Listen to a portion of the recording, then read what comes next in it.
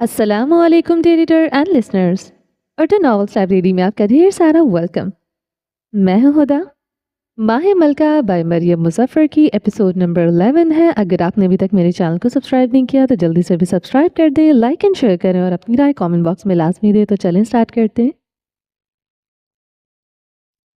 باب خادم۔ ایک دن گزرتے دیر کہاں لگتی ہے، یہ سورج طلوع ہوا، یہاں چاند نکلا۔ چاند غائب تو دوبارہ نیلے آسمان پر نارنجی روشنی بکھر گئی۔ یہ روشنی اپنا راستہ ڈھونڈتے ڈھونڈتے ہر گوشے میں پھیل جاتی ہے، پھر خواہ وہ فاتر اسلام کا گھر ہی کیوں نہ ہو۔ کیا ضرورت سے زیادہ حیرت، تم پاکستان جا رہے ہو؟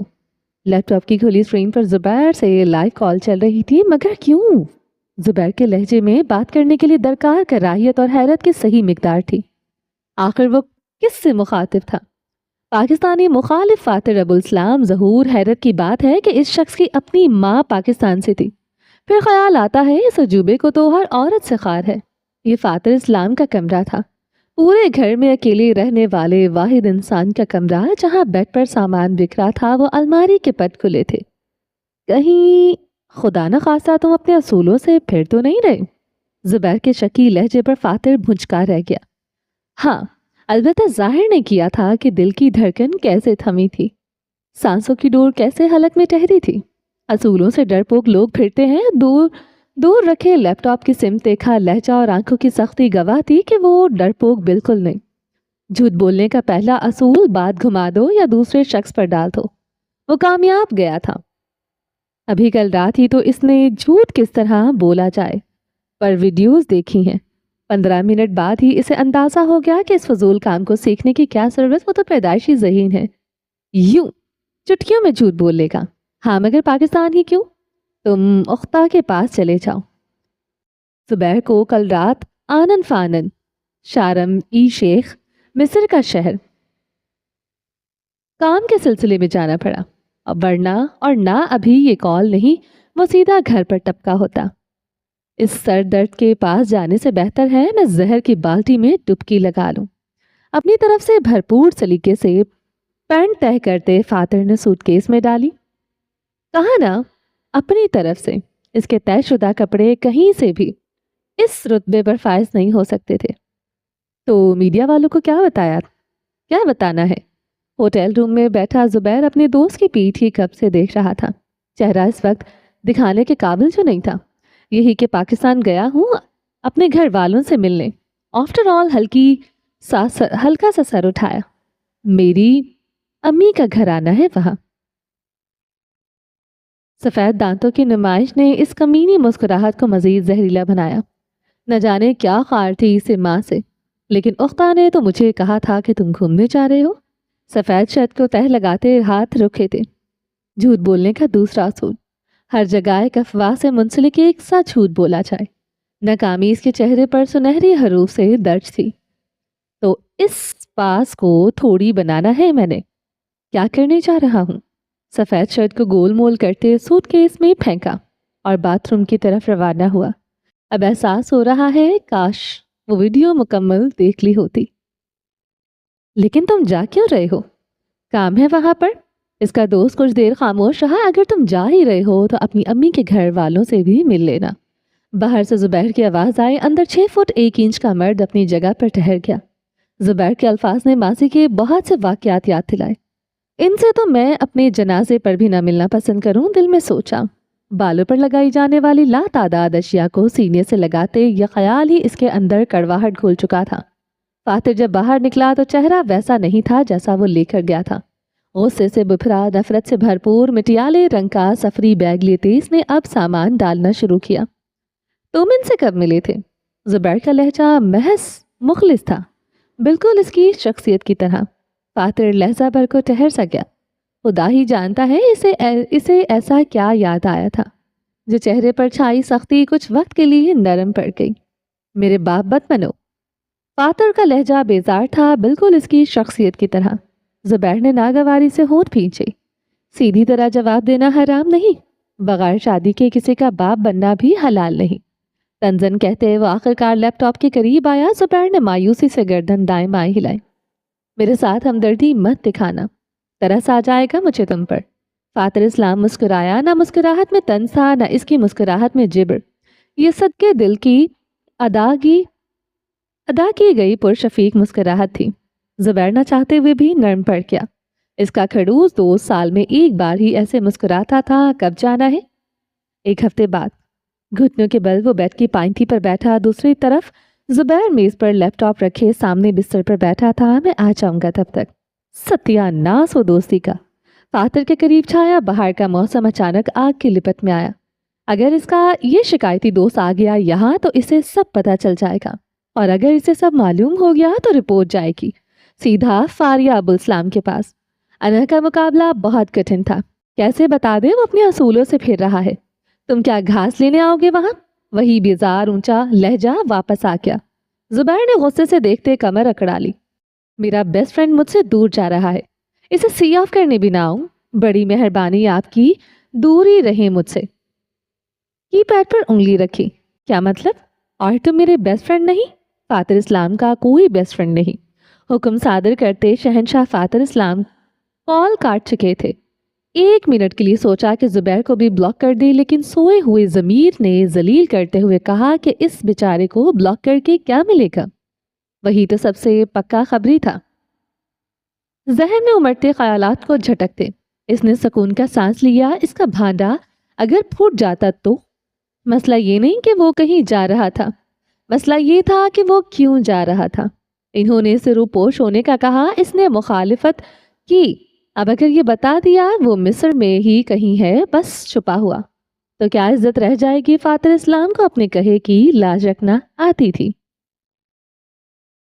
باب ملکہ۔ ملکہ وہ جو بے نیاز ہے، دل، عقل، روح سب سے خود مختار ہے۔ آخرکار وہ دن آ ہی گیا، سچ پر پردہ ڈالتے، جھوٹی امیدیں تھماتے اور اپنے پیاروں کو نظر انداز کرتے۔ وہ 1 ہفتہ گزرا تو اپنی منزل کے قریب جاتا 1 اور ہفتہ آیا۔ ماہ ملکہ کروز شپ کی دیو ہیکل چمکتی کشتی دور سے نظر آئی۔ گاڑی سے سر باہر نکالے المیرا عنایت محسن کے لب 27 سے واؤ میں ڈھلے۔ اس کی ایک طرف زیبا بیٹھی تھی جو اسے مسلسل اندر ہونے کا کہہ رہی تھی، اور آگے ڈرائیور جو کلمہ پڑھ کر اپنی گاڑی پر پھونک رہا تھا۔ نہ جانے یہ عورت کس سیارے پر چلی ہے جو اتنا سامان ساتھ لے جا رہی تھی۔ آگے ایک سوٹ کیس، ٹیکسی کی چھت پر ایک بھاری بیگ اور کندھے پر چھوٹا سا سفری بیگ۔ دوسروں کی دنیا خریدنے جا رہی تھی یا اپنی لٹانے؟ پتھریلی روش والے پورٹ پر ان کی گاڑی دھوپ میں جھلملاتی تیزی سے دوڑی اور عین پارکنگ لاٹ کے سامنے رکی۔ آگے کا داخلہ ممنوع تھا۔ ڈرائیور نے ایک قدم مصروف گوشے میں گاڑی پارک کی اور پیسوں کا مطالبہ کیا۔ المیرا نے زیبا کو ادا کرنے کا اشارہ کیا، جس نے آگے سے ایسے دیکھا جیسے کہہ رہی ہو، میں زیبا بل گیٹس نہیں۔ اف، کنجوس ہی رہنا تم۔ ناپسندیدگی سے والٹ میں ہاتھ مارتے پیسے نکالے اور ڈرائیور کو تھما دیے۔ یہ لو اور میرا سامان نکالو۔ گاڑی سے نکل کر المیرا نے زور سے ادھر ادھر دیکھا، یہاں اس سے بھی وہ ٹرمینل کی طرف جائے گی۔ خوشی تو اس کے چہرے ہی سے ہی معلوم ہو رہی تھی۔ گندمی پھول دار فراک کے اوپر منی ڈینم جیکٹ اور سر پر پہنی بانس کی بنی ٹوپی جو مسلسل ہوا کے جھونکوں سے ہل رہی تھی۔ چلو زیبا باہر نکلو۔ جھک کر گاڑی کے شیشے سے جھانکی، بھوری لپ گلوس میں رنگے ہونٹ مسکرائے تھے۔ المیرا آگے تم نے سب خود ہی کرنا ہے، میرا یہاں اب کوئی کام نہیں۔ میں اندر نہیں جا سکتی تمہارے ساتھ۔ وہ بالکل سیٹ کے ساتھ چپکی بیٹھی تھی جیسے اس کی دوست ہاتھ بڑھا کر ہی اسے کھینچ نکالے گی۔ المیرا نے منہ پھلاتے سے دیکھا، ٹھیک ہے پھر بائے بائے۔ اگلے ہی لمحے خوش ہوتے اس نے باہر سے ہی ہاتھ ہلایا۔ اب کیا وہ اسے گاڑی سے نکالنے کا تکلف کرے؟ اخلاقیات بھی کوئی چیز ہے؟ مگر المیرا امی میرے پیسے، وہ پکارتی رہ گئی۔ چھوٹی فتنہ اپنا سامان سنبھالتی اب بورڈنگ کے لیے آگے ٹرمینل کی طرف بڑھ گئی۔ پتہ نہیں اس نے زیبا کی بات سنی بھی تھی یا پھر سن کر انسنی کر دی تھی۔ ٹوپی والی لڑکی جیسے ہی پارکنگ لاٹ سے نکلی، ایک سلور رنگ کی آئی سست روی سے پارکنگ لاٹ میں آئی۔ بہت انتظار کے بعد ایک کونے میں گاڑی پارک کی۔ فاتر اسلام اپنی ہی گاڑی میں آیا تھا جو یہاں بحفاظت کھڑی رہے گی۔ ویسے بھی 10 دن کی بات ہے، 10 دن بعد وہ واپس قاہرہ میں ہوگا۔ پیچھے کھڑی اس گاڑی کا انتظار اور دیکھ بھال روز والوں کی ذمہ داری تھی۔ فادر پہلے ہی ان کے اخراجات کی ایک طے شدہ رقم ادا کر چکا تھا۔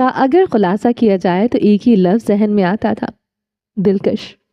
میری فیملی کا ویسے تعلق ترکی سے ہے، ابا و اجداد ترکی کی آرمی میں تھے، مگر دوسری جنگ عظیم کے بعد آپ جانتی ہی ہیں۔ جبری سی مسکراہٹ اس کے چہرے پر چھائی اداسی کو غائب نہ کر سکی۔ المیرا نے ہمدردی سے گردن ہلا دی، حالانکہ اس کی اگلی پچھلی کسی پشت کو بھی ان تاریخوں کی جنگوں کا کوئی اتا پتہ نہ تھا۔ سن کر افسوس ہوا۔ ساتھ چلتا مرد دروازوں پر درج ہنسوں کو دیکھتا اور آگے چلتا جاتا۔ بس یہیں رکھتے۔ اپنا روم نمبر بڑے جوشیلے انداز میں بتایا۔ فارسی مرد نے اس کا سامان بالکل دروازے کے سامنے رکھا۔ بہت بہت شکریہ بھمن۔ ستائشگی سے مسکرائی سامنے کھڑے مرد نے سینے پر ہاتھ رکھ کر تعظیم وصول کی اور آگے بڑھ گیا۔ المیرا ابھی کمرے کا دروازہ کھولتے اندر داخل ہو گئی، اپنے پیچھے سے بھورے رنگ کا دروازہ بند کیا اور وہیں کھڑے کمرے کا جائزہ لیا۔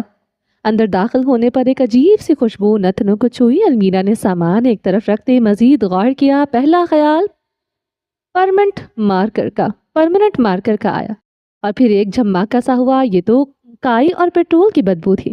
عموماً سمندر میں موجود معدنیات کی ایک عجیب سی بدبو ہوتی ہے جسے بحری جہاز میں موجود وینٹس آپ تک آنے نہیں دیتے۔ لگتا ہے انہوں نے ابھی تک کمرے میں سپرے نہیں کیا۔ خود کلامی کرتے وہ آگے بڑھ گئی۔ 2 سفید سنگل بیڈز کا یہ کمرہ نہ بہت شاہانہ تھا نہ بالکل عام۔ سفید دیواریں، جن میں سے ایک کی دوسری طرف چھوٹی سی بالکنی تھی۔ بیڈ کے بالکل سامنے ایک ٹی وی نصب تھا اور ٹی وی کے دونوں طرف 2 اکیلی الماریاں۔ گھوم کر کمرے کو ایک نظر میں جانچا۔ کھڑکی کے قریب والے بیڈ پر ایک خالی سوٹ کیس موجود تھا اور ساتھ سفری بیگ کھلا تھا۔ لگتا ہے اس کی روم میٹ آ چکی تھی۔ اپنا سامان دروازے کے سامنے ہی رکھتے وہ دھپ سے بستر پر بیٹھ گئی۔ ٹانگ پر ٹانگ چڑھاتے اس نے گردن اٹھا کر چھت کی طرف دیکھا۔ اے سی کے علاوہ وہاں پنکھا بھی موجود تھا۔ کھڑکی کے سامنے گرائے جالی دار سفید پردے دیکھتے وہ اٹھی اور ان کو واہ کیا۔ دور تک پھیلا نیلا گہرا سمندر اس کی گہرائی بند شیشوں سے دکھائی دی۔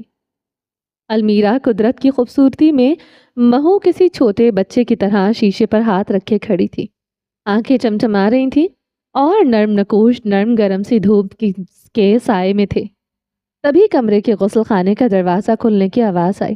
المیرا نے اپنی روم میٹ کو خوش آمدید کرنے کے لیے رخ موڑا۔ لپ گلاس لگے ہونٹ مسکرا رہے تھے۔ السلام۔ تولیے سے ہاتھ صاف کرتی اس کی روم میٹ ٹھٹک کر رکی۔ المیرا کی مسکراہٹ ایک لخت غائب ہوئی اور اس سے بھی کئی گنا زیادہ برا حال سامنے کھڑی اس کی روم میٹ کا تھا۔ ایک اور پرانا پیس دل ہی دل میں آنکھیں گھمائی۔ تم؟ آنکھوں کو رگڑتے گلے جان نے سامنے کا منظر تبدیل کرنا چاہا، مگر شاید قسمت نے ان دونوں کو اسی موڑ پر ساتھ ملانا تھا۔ فراک والی لڑکی نے مسکراتے ہوئے کندھے اچکائے، اپنی خفگی وہ مہارت سے چھپا گئی تھی۔ المیرا کا ساتھ مبارک ہو ڈیئر روم میٹ۔ منہ کھولے کھڑی گل کے قریب آئی، گال تھپ تھپایا اور باتھ روم میں غائب ہو گئی۔ ماہ ملکہ کا بحری جہاز ابھی بھی پورٹ پر کھڑا تھا۔ لوگ اپنے اپنے کمروں کو جاتے کچھ خوش تھے، یہ ان کی زندگی کا نیا تجربہ ہونے والا تھا۔ کچھ تھکے ہوئے یہاں کام کے سلسلے میں آئے تھے اور پھر کچھ کے لیے یہ عام سی بات تھی۔ کمرہ نمبر 220 میں اس وقت حالات کافی گرم تھے۔ اپنے سنگل بیڈ پر المیرا عنایت محسن کمر کے بل لیٹے ٹانگیں بستر سے نیچے لٹکائے ہوئے تھی۔ ساتھ اس کا سامان بکھرا تھا اور خود اپنے موبائل پر نہ جانے کیا کیا دیکھ کر کھلکھلا رہی تھی۔ دوسری روم میٹ کا حال کچھ یوں تھا کہ اس نے آتے ساتھ پہلے اپنا سامان ٹھکانے لگایا اور اب اپنا سفری بیگ خالی کر رہی تھی۔ اس کا منہ لٹکا ہوا تھا۔ ہاں مانا اسے روم میٹ سے اتنا خاص مسئلہ نہیں تھا، مگر اگر روم میٹ المیرا جیسی چڑیل ہو تو کون بندہ ذات خوش ہوگا۔ بے دلی سے گل نے ڈارک فرسٹ سیریز کی پہلی 3 کتابیں نکالتے اپنے میز پر رکھیں، بیگ میں ہاتھ مارا، مارول کی موویز نکالی۔ کیا سوچا تھا اس نے؟ کتابیں پڑھے گی، موویز دیکھے گی، موج کرے گی، عیش کرے گی، ساری پلاننگ دھری کی دھری رہ گئی۔ بی کو یہ فی الحال یاد نہیں تھا کہ وہ یہاں پکنک منانے نہیں، اپنی بھگوڑی بہن کو تلاش کرنے آئی ہیں۔ غمزدہ حالات میں اس نے وہ دوبارہ بیگ میں پٹھی اور ایک گہری گھوری سامنے لیٹی المیرا کی طرف ڈالی۔ وہ یقیناً ٹائپنگ کر رہی تھی، اس لیے کی بورڈ کی کٹ کٹ کی آواز گل کے سر پر ہتھوڑے کی طرح لگتی تھی۔ وہ اسے مخاطب نہیں کرنا چاہتی تھی ورنہ ضرور بولتی اسے بند کرو۔ المیرا کو گھورتے ہوئے اس نے اپنی خالی بیگز بیڈ کے نیچے رکھے۔ سیاہ ٹی شرٹ کے ساتھ نیلی جینز میں اسے اب گرمی لگ رہی تھی۔ نفرت اور ناگواری سے ایک بار پھر المیرا کے سر کی جانب دیکھا۔ اتنا مت گھورو گولڈن گرل، آنکھوں میں موتیا اتر آئے گا۔ گل وہیں فریز ہو گئی۔ اس عورت کو کیسے پتا میں اسے ہی دیکھ رہی ہوں؟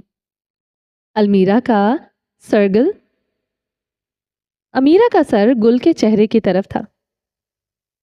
ہلکا سا سر اٹھا کر وہ اس ترک لڑکی کو دیکھتے مسکرائی۔ گل کی تو جیسے چوری پکڑی گئی ہو۔ المیرا اس کی خف سے محفوظ ہوتے ہنسی۔ ہر گزرتے لمحہ گل کو وہ عورت مزید زہر لگتی تھی۔ اسے چھوڑتے گلے جان الماری کی طرف بڑھی اور اپنے کپڑے نکالے۔ اس کا ارادہ فریش ہونے کا تھا، ورنہ اس کا دماغ پھٹ جائے گا۔ آج ہی وہ اپنی روم میں تبدیل کروانے کی شکایت کرے گی۔ باتھ روم میں گھستے اس نے دروازہ زور سے بند کیا۔ المیرا نے بس ایک نظر اٹھا کر باتھ روم کے بند دروازے کو دیکھا، پھر گردن موڑتے اس کے سامان کو۔ فون پر وقت دیکھا، 3:17۔ فوراً سے فون بستر پر پھینکا اور بھاگتے ہوئے گل کے حصے کی جانب آئی۔ کب سے اس کا تجسس کا کیڑا اسے کاٹ رہا تھا۔ سامنے کتابیں رکھی تھی۔ المیرا کا سانس اکھڑا، دل تو کر رہا تھا انہیں اٹھا کر سمندر میں پھینک دے۔ کتابوں کو نظر انداز کیا اور گل کی نیل پالشز اٹھائیں، لال اور نیلی۔ میرے سامان کو ہاتھ مت لگاؤ۔ اس ناگہانی حملے کے لیے المیرا تیار تھی، اسی لیے گل کے پیچھے آ کر چھپٹنے پر وہ کمپوز رہی۔ گل کو اندر جاتے ہی احساس ہوا وہ اپنی باڈی واش باہر بھی بھول گئی ہے۔ وہ لینے کے لیے جو باہر نکلی، سامنے چوری کرتی اپنی روم میٹ کو رنگے ہاتھوں پکڑ لیا۔ گل دی جیمز بانڈ، میں کب لگا رہی ہوں؟ ٹانگ پر ٹانگ چڑھاتے وہ وہیں گل کے بستر پر بیٹھ گئی۔ نگاہیں اٹھا کر تولیا اور باڈی واش ہاتھ میں مضبوطی سے جکڑے لڑکی کو دیکھا۔ اس کی ہٹ دھرمی گل کو مشتعل کر گئی تھی۔ جھوٹ بول رہی ہو تم، میں نے تمہیں خود دیکھا ہے۔ ثبوت؟ سبز دیکھنے والی آنکھوں میں جتاتن ہوا تاثر تھا۔ کیا مطلب ثبوت؟ میں نے خود دیکھا ہے تمہیں۔ گل کی آواز غصے کی شدت سے بلند ہوئی۔ 15 ہی منٹ میں اس کی روم میٹ اس کے دماغ کا فیوز اڑا چکی تھی۔ تمہاری چیزیں ہیں، تم تو مجھ پر کوئی بھی الزام لگا سکتی ہو۔ گل کو لگا وہ کسی انسان نہیں، دیوار سے بات کر رہی تھی۔ جہاں سر پٹکنے پر خون کا فوارہ اس کے ماتھے سے نکلے گا، مگر دیوار کو رتی برابر بھی فرق نہ آئے۔ خف سے اس کی بھویں آپس میں ملی۔ تم ہوش میں تو ہو؟ تمہیں لگتا ہے میں چوری کرنے آئی تھی؟ المیرا اٹھ کر اپنے بستر تک گئی اور دوبارہ اسی انداز میں لیٹ گئی۔ ہاں شاید۔ کیا مطلب شاید؟ تمہیں تو اپنی بات تک پر اعتماد نہیں۔ شرمندگی سے اسے چھو کر بھی نہیں گزری تھی۔ خود پر پہلے بھروسہ کرنا سیکھ لو، پھر الزام لگانا۔ مفت کا مشورہ دیتی وہ اپنا social media up to date کرنے لگی۔ پہلو میں گرے تولیے پر گل کی مضبوط گرفت۔ اس وقت اس کے اندر چلتی جنگ کی بھرپور عکاسی کیے گئی تھی۔ اگر اس میں انسانیت مر چکی ہوتی تو ابھی نیل پالش اٹھا کر سیدھا اس جسائر کٹ، کتنا اچھا نام رکھا تھا نا، کس سر پر دے مارتی۔ پھٹے گا نہ صحیح، خراش یا زخم تو آ ہی جائے گا۔ پاؤں پٹکتی وہ غسل خانے میں چلی گئی۔ اس کے بچوں جیسے انداز پر المیرا دل سے مسکرائی۔ کافی بھائی تھی اسے یہ شدت پسند گل۔ لو المیرا، تمہارے 10 دن یادگار گزریں گے۔ ہاتھوں کو فضا میں بلند کرتے روشنی کے راستے میں کیا بائیں ہاتھ کی وہ انگلی چمک اٹھی۔ چلیں جی، باقی کا نیکسٹ ایپیسوڈ میں کنٹینیو کریں گے۔ امید ہے آپ کو یہ ایپیسوڈ پسند آئی ہوگی۔ اگر آپ نے ابھی تک میری چینل کو سبسکرائب نہیں کیا تو جلدی سے ابھی سبسکرائب کر دیں، لائک اینڈ شیئر کریں اور اپنی رائے کامنٹ باکس میں لازمی دیں۔ اور اس کے علاوہ میرا دوسرا چینل ہے ہدا ناولز کے نام سے، اس کو جا کے جلدی سے سبسکرائب کریں۔ اپنا ڈھیر سارا خیال رکھیے گا، دعاؤں میں یاد رکھیے گا۔ ملتے ہیں نیکسٹ ایپیسوڈ کے ساتھ، تب تک کے لیے اللہ حافظ۔